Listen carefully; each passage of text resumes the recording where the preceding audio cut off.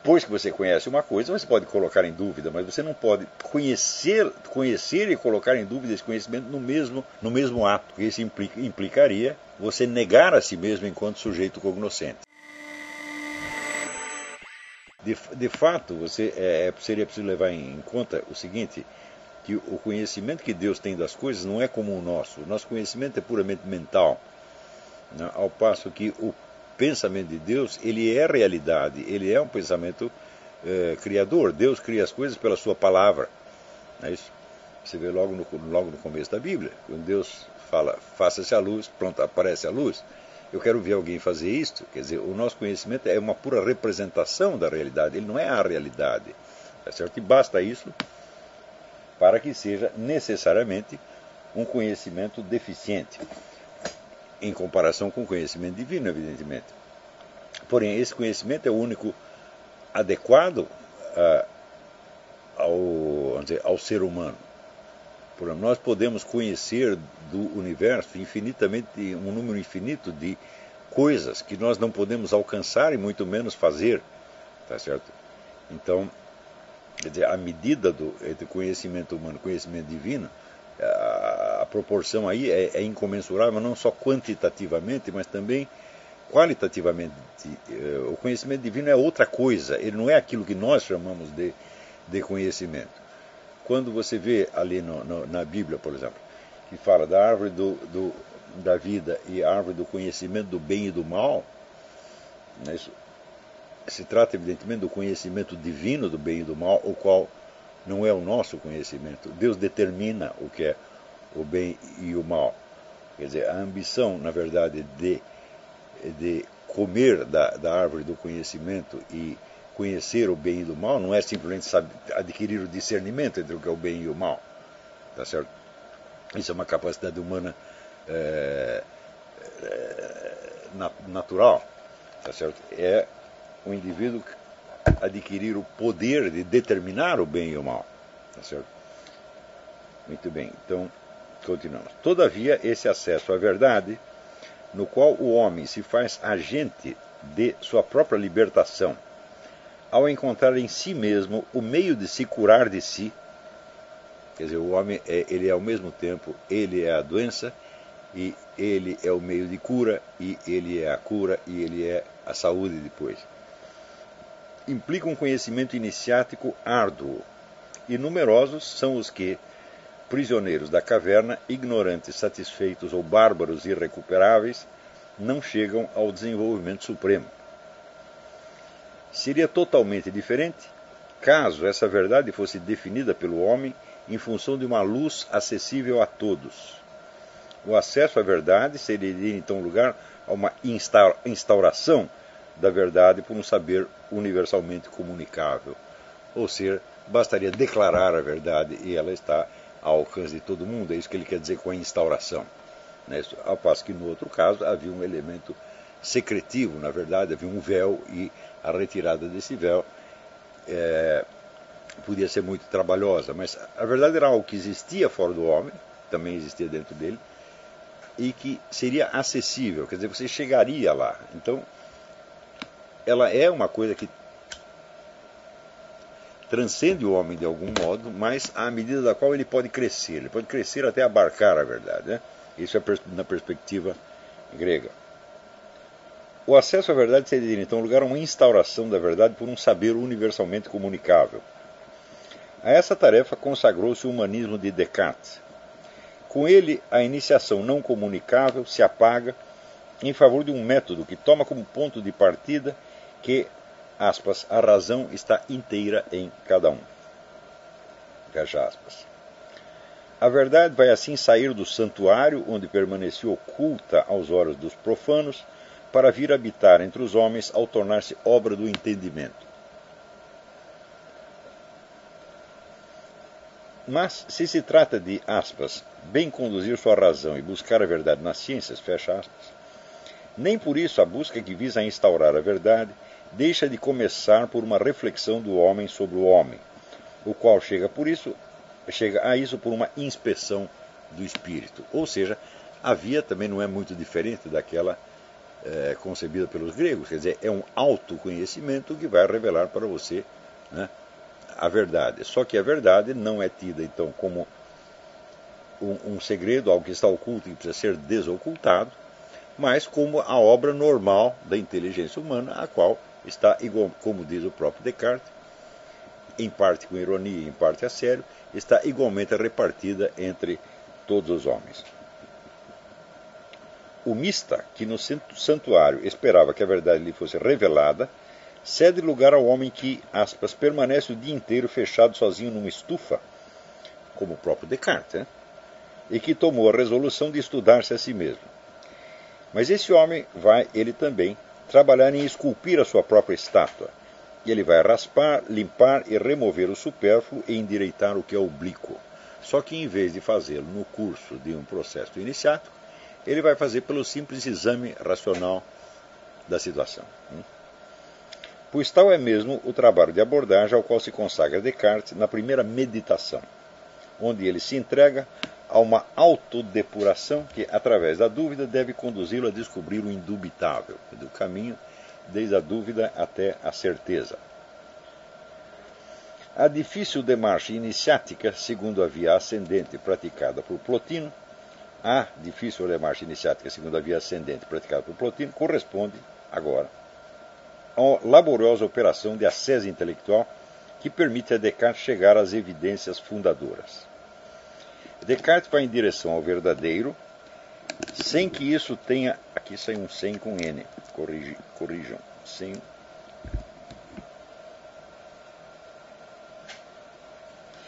Que isso tenha algo a ver com um subjetivismo qualquer.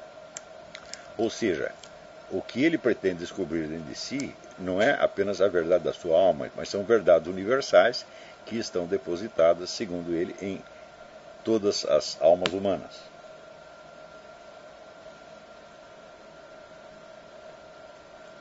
Ele vai aí partindo de si próprio, e sem sair dele, a tal ponto que, fechando os olhos, tapando os ouvidos e desviando-se de todos os sentidos, Descartes chega a pensar que o mundo não é talvez senão ilusão e engodo, por meio dos quais um gênio mau pega de surpresa a nossa credulidade.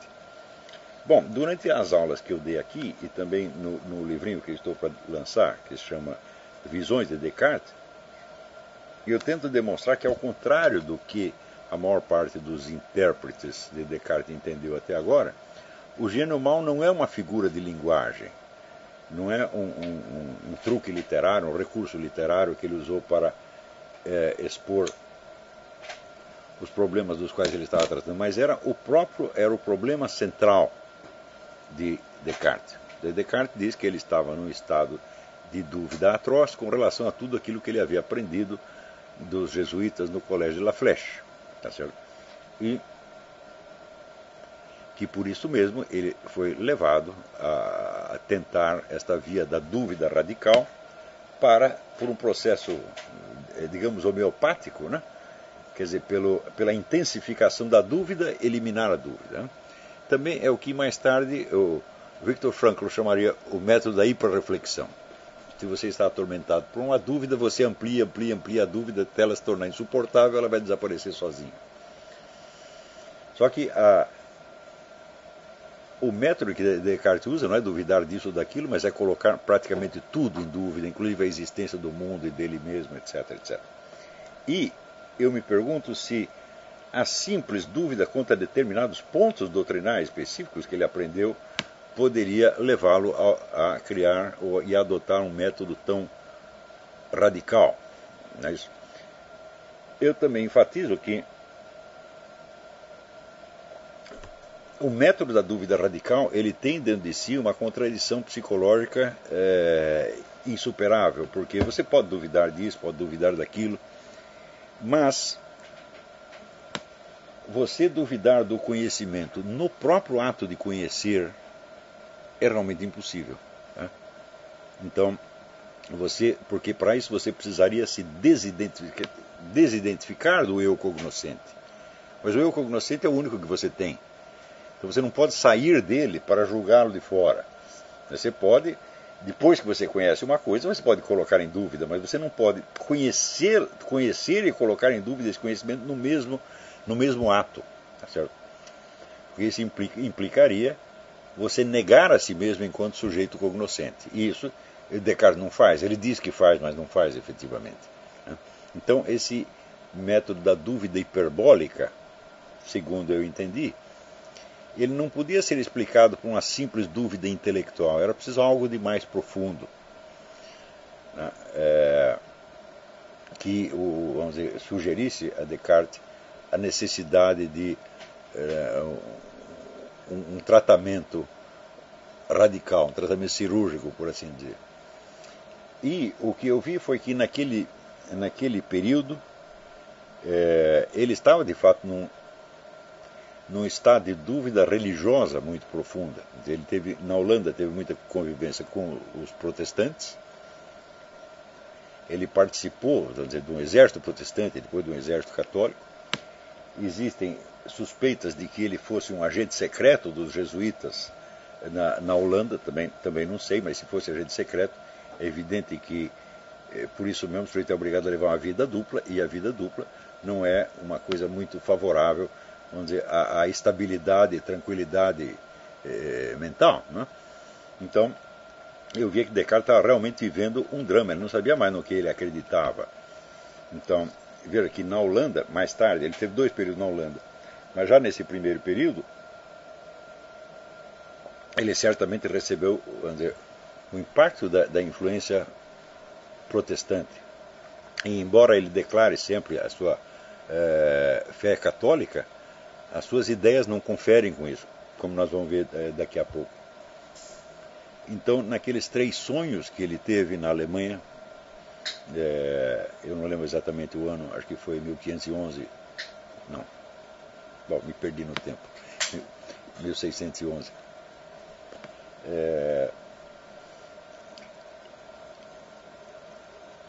Você vê que ali, quando ele interpreta aqueles sonhos como se fosse uma mensagem divina, isso é uma conclusão que nenhum discernimento dos espíritos justifica. Porque o sonho é confuso, é nebuloso, tá certo? Não tem nada de vamos dizer, de uma revelação, tá certo? Ao contrário, parece um encobrimento, uma série de disfarces. E a interpretação que o Descartes lhes dá depois introduz novos disfarces.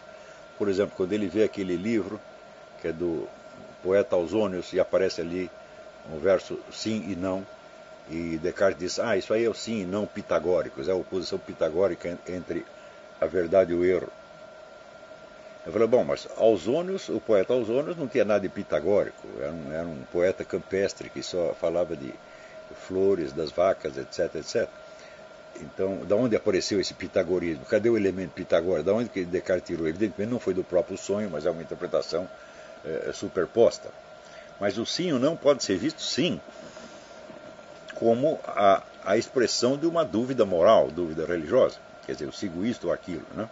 Então, na verdade, aquilo expressava o próprio estado de dúvida. E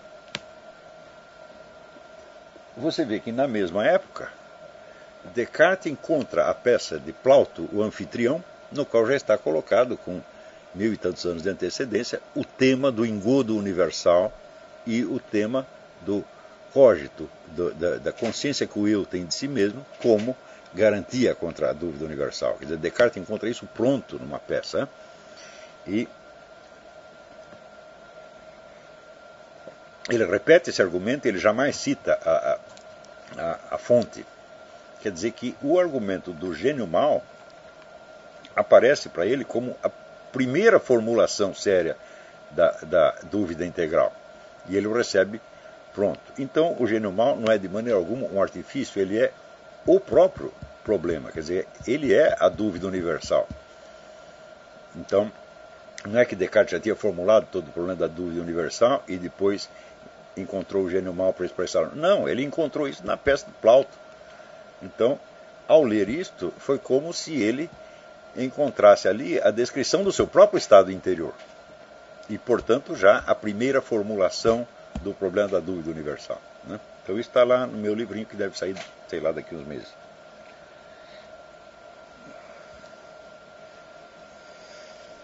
É, portanto, justo na ocasião de uma iluminação interior que são descobertas as sementes de verdade. Note bem que no primeiro sonho, Descartes se vê empurrado por um vento, né, em direção a uma igreja, para ir rezar na igreja. E ele sente que o vento é tão forte que ele não consegue caminhar direito. O seu pé direito falha e ele tem que se apoiar mais no esquerdo, né? O Dr. Freud, estudando esse sonho, disse que, com muita razão, que o pé esquerdo é geralmente o símbolo daquilo que está errado, ou que é pecaminoso, ou que deve ser evitado de alguma maneira. Então você vê já no sonho, né, a consciência de culpa do Descartes, que ele está fazendo alguma coisa errada.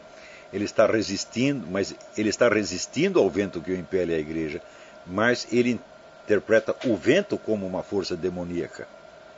Ele inverte o sentido, porque afinal de contas, o que pode haver de mal num vento que está empurrando um católico para a igreja para ele rezar? Não há nenhum elemento maligno ali, mas há certamente o medo, e Descartes associa esse medo então à consciência de culpa que ele tem dos seus pecados. Mas que grandes pecados poderiam ter sido estes? É verdade que ele teve um caso amoroso com a empregada e teve uma filha ilegítima, mas depois batizou a filha, mas isso foi muito mais tarde. Então, naquela época, eu não vejo que ele tivesse cometido grandes pecados exteriores que pudessem justificar esse estado de temor. Quer dizer, o sujeito fica com tanto temor de Deus que ele foge de Deus, né?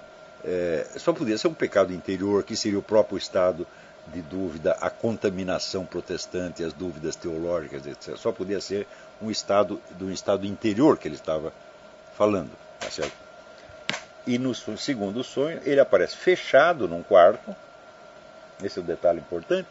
O quarto, evidentemente, simboliza a sua própria mente, porque no primeiro sonho, depois aparece alguém que lhe oferece um melão, não é isso? E os melões, na literatura francesa da época, eram um símbolo de tudo que existe de mais delicioso no mundo. E o Descartes diz que este melão, esse objeto de prazer, era para ele a solidão meditativa. Quer dizer, ele poderia se afastar de todo mundo, ficar fechado no seu quarto, investigando a verdade. E no segundo sonho, então, ele está fechado no quarto. E ele ali se sente protegido contra o vento. Mas se o quarto é a sua mente, e o vento é o símbolo mais tradicional do Espírito Divino, o indivíduo se fecha na sua mente, fugindo do Espírito Divino. Isso é óbvio. O Dr. Freud dizia que esse era o que eles chamam sonho vindo do alto. Sonho vindo do alto não quer dizer uma inspiração divina, quer dizer apenas um sonho que tem, vamos dizer, que oferece automaticamente a sua própria interpretação, já na própria formulação da história, na própria narrativa, já tem um significado auto-evidente. Só que Descartes inverte esse significado, né? Então, ele é o homem que está impelido pelo Espírito Divino, e ele se refugia do Espírito Divino no seu próprio quarto, onde ele tem, vamos dizer, o prazer de ficar ali pensando. E daí aparecem várias luzinhas no quarto, e essas luzinhas então são o quê? As tais sementes de verdade que ele diz ter descoberto. As sementes de verdade que as escórias das quais as haviam recoberto os sentidos e os nossos preceptores haviam tornado irreconhecíveis. Assim, doravante a verdade é aquilo que o homem compreende graças à luz natural que está nele e à qual ele pode ter acesso após ter transposto os obstáculos que a mascaravam. Você vê que o tema da máscara ainda existe, tá certo? Só que, no contexto grego, né, você arrancar os véus que mascaravam a realidade impõe uma série de exercícios ascéticos, uma série de práticas iniciáticas, o guiamento por um mestre, etc, etc. E aqui, no caso, não. Descartes era basta eu sentar aqui e examinar a coisa à luz da minha própria razão, e eu mesmo, através desse exame crítico, eu removerei as máscaras que encobrem a verdade. Em consequência, aqui também pode-se dizer que a verdade é aquilo a que chega o pensamento que se pensa a si próprio. Note bem que Aristóteles havia descrito a mente divina como noesis noesius, o conhecimento do conhecimento. Tá certo? E, evidentemente, nós também podemos ter algum conhecimento do conhecimento. Nós podemos tomar uma consciência da nossa própria atividade conhecedora, o que nos torna, de alguma maneira, análogos a Deus. Mas o análogo, a analogia, é uma síntese de semelhança e diferenças. Ele não é uma igualdade de maneira alguma, tá certo? Sobretudo, é uma diferença de proporções. Já que, aspas, tudo aquilo que sabemos claramente ser verdade é verdade. Né? Eu até coloquei no livrinho, como epígrafe, o haikai do Antônio Machado, que diz: "En mi soledad he visto coisas muito claras que não são verdade." Então, esta identificação, vamos dizer, da clareza e do sentimento de evidência com a verdade propriamente dita é um passo de uma ousadia extraordinária que Descartes dá. Quer dizer, tudo aquilo que me parece claro é verdade. Né? Ainda falta demonstrar isso, porque uma coisa é o sentimento de evidência, tá certo? E outra coisa é uma evidência forçosa. Não é isso? E a clareza não tem absolutamente nada a ver com isso. Às vezes, para você, aquilo que é o mais evidente pode ser muito difícil de você perceber, tá certo? E que o cogito, primeira ideia clara e distinta, foi descoberto mediante um retorno do espírito a si mesmo. Então, o espírito sozinho, vamos dizer, sem nenhuma ajuda divina particular e sem a necessidade de nenhum processo iniciático, ele descobre dentro de si uma primeira verdade fundante e, a partir dessa verdade, ele pode, então, construir todo o universo do conhecimento por si próprio, e esse universo do conhecimento construído por este indivíduo deve coincidir, em princípio, com os universos de conhecimentos construídos por todos os outros seres humanos, já que a razão é a mesma e igual em todos. Essa verdade instaurada pelo homem a partir das ideias claras e distintas não tem senão de se desdobrar segundo aquelas, aspas, longas cadeias de razões todas simples e fáceis, das quais os geômetras costumam servir-se para chegar às suas mais difíceis demonstrações. Ou seja, dadas algumas premissas iniciais, e a primeira das premissas é a certeza do eu por si mesmo, tá certo? O resto se segue por dedução, por via dedutiva, construção de uma demonstração geométrica. Pode-se, desde então, construir o edifício da ciência e da técnica, graças às quais nos tornaremos, aspas, como que senhores e possuidores da natureza. Eis-nos, portanto, em presença, não mais de uma filosofia da contemplação, mas de uma filosofia da ação. Isto aqui é fundamental, porque, no sentido grego, a verdade tinha, vamos dizer, uma acepção contemplativa. A verdade é algo que existe e que nós vamos ver. Em Descartes você já não vê a verdade, você apreende a premissa fundante e você constrói o resto da verdade. E esta construção, que é a construção do universo da ciência e das técnicas, lhe dá então o poder de ação sobre o mundo exterior. Nesta época de Descartes, quer dizer, a tendência de passar de um conhecimento enquanto contemplação, enquanto visão, tá certo? A um conhecimento enquanto domínio técnico é geral. Você vê isso em Bacon, em Galileu, Newton, praticamente todo mundo. Né? No entanto, quaisquer que sejam as suas diferenças, uma e a outra conduzem a uma autodivinização do homem. Não, só que a autodivinização aqui é um pouco diferente. Né? Quer dizer, nos dois casos, evidentemente, é o próprio homem que se salva a si mesmo da sua condição terrestre. Mas no primeiro caso, há uma transformação interior do homem em Deus. Quer dizer que pelo conhecimento, e pelo conhecimento do conhecimento, o homem adquire uma visão que coincide com a visão que o próprio Deus tem dele e, portanto, ele já está transfigurado em Deus. E aqui, no caso, não, a autodivinização é a transformação do homem em senhor e possuidor da natureza. Quer dizer, o homem, depois de ter feito este trajeto interior de Descartes, ele adquire a ciência e, mediante a ciência, ele aí domina a natureza externa. Então, adquire uma posição semelhante à de Deus. Ou seja, se trata de autodivinização nos dois casos, mas a autodivinização não só tem um meio diferente, mas ela tem um sentido diferente. No primeiro caso, ela é apenas uma transformação interior. No segundo caso, é o exercício de um poder sobre o mundo material. No entanto, quaisquer que sejam as suas diferenças, uma e a outra conduzem a uma autodivinização do homem. Pois a verdade racional, ao libertar-nos do erro, mas também da culpa, nos assegura a nossa salvação, já que, aspas, basta bem julgar para bem fazer, aspas.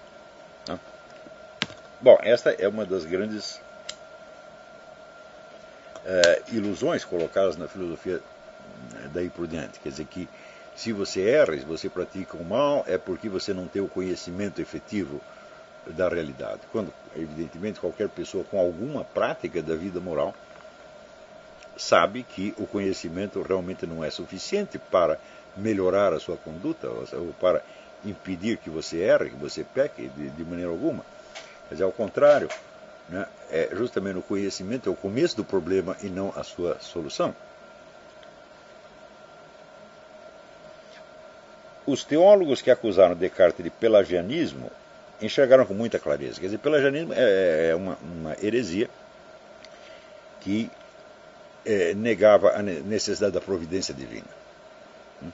E negava o pecado original, portanto negava a necessidade da providência divina. O homem poderia, de certo modo, se salvar a si mesmo, exatamente como na perspectiva helênica. Tal como no platonismo, no aristotelismo e no plotinismo, em suma, como no helenismo, estamos lidando aqui com uma filosofia da salvação pelo conhecimento. E a coisa será ainda mais nítida no espinosismo. Mas esta é reforçada por uma filosofia da salvação pela ação, ao passo que em Plotino a ação não era senão a sombra da contemplação. Você veja que no século XX, toda essa escola tradicionalista, René Guénon, Fritz Schum, etc., fará o possível para restaurar a ideia da superioridade da contemplação sobre a ação e condenará a civilização ocidental praticamente inteira, a partir da modernidade, por ter privilegiado a ação. Tá certo? Só que acontece o seguinte, isto é uma discussão que se dá dentro de um campo que está balizado eminentemente pela ideia da salvação pelo conhecimento. Embora o Guénon e o Schum usem frequentemente, vamos dizer, uma linguagem religiosa, mas bem analisadas as coisas, o capítulo decisivo, tá certo, dessa transformação é a iniciação. Então, você tem que entrar dentro de uma organização iniciática, vai passar por tais e quais rituais e vai, de certo modo, repetir a experiência plotiniana, tá certo? E transformar-se em Deus de alguma maneira. Tá certo? Então, você vê aqui, a raiz gnóstica é comum nos dois. Não uma raiz gnóstica explícita, mas está ali de qualquer maneira. Em que uma leva, uma dessas linhagens, leva a ideia do domínio sobre a natureza e, portanto, vamos dizer, ao predomínio da ação. É o mundo do Dr. Fausto, é isso? O homem fáustico, que quer o domínio do mundo. E a outra volta as costas ao mundo para transformar-se em Deus. Eu digo, mas esses dois problemas são puramente gnósticos, né? Não tem... como diz, é uma briga interna.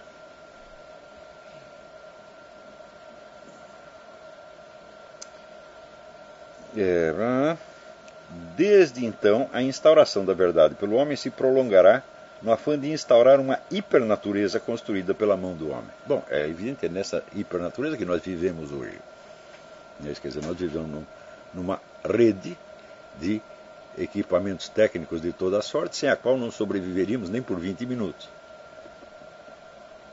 Então, isso quer dizer que, como dizia Levi Strauss, que entre o ser humano hoje e a natureza existe uma almofada sociocultural, civilizacional. Você não tem acesso direto, tá certo? À natureza, a própria ideia de natureza que você faz já é uma natureza vista pela lente da técnica, e é vista de duas maneiras. Ou ela é vista como matéria-prima para a transformação tecno-industrial das coisas em objetos humanos, tá certo? Ou é vista como um depósito misterioso de um conhecimento sacro que teria sido, né, abandonado há muito tempo. Você vê que nesses filmes de Hollywood não aparece um índio que não seja um sábio iniciado, né? Os brancos são sempre uns idiotas, né, que só tem o poder técnico, e o índio tem, vamos dizer, o segredo iniciático, né? De maneira que Deus está sempre do lado dos índios. Agora, se fosse assim, eu não entendo porque que os índios sempre perdiam a guerra, né?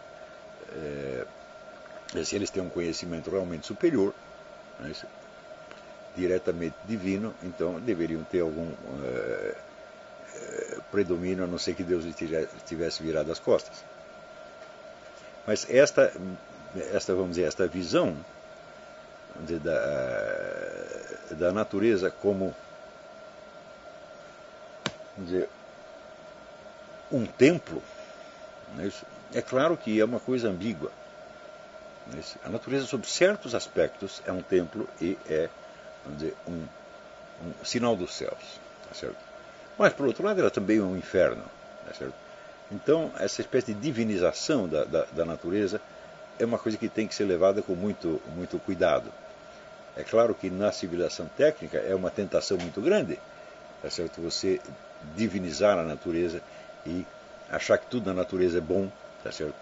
Quando o fato é que, na perspectiva cristã, quer dizer, a queda não foi só a queda do homem, foi o universo inteiro que caiu.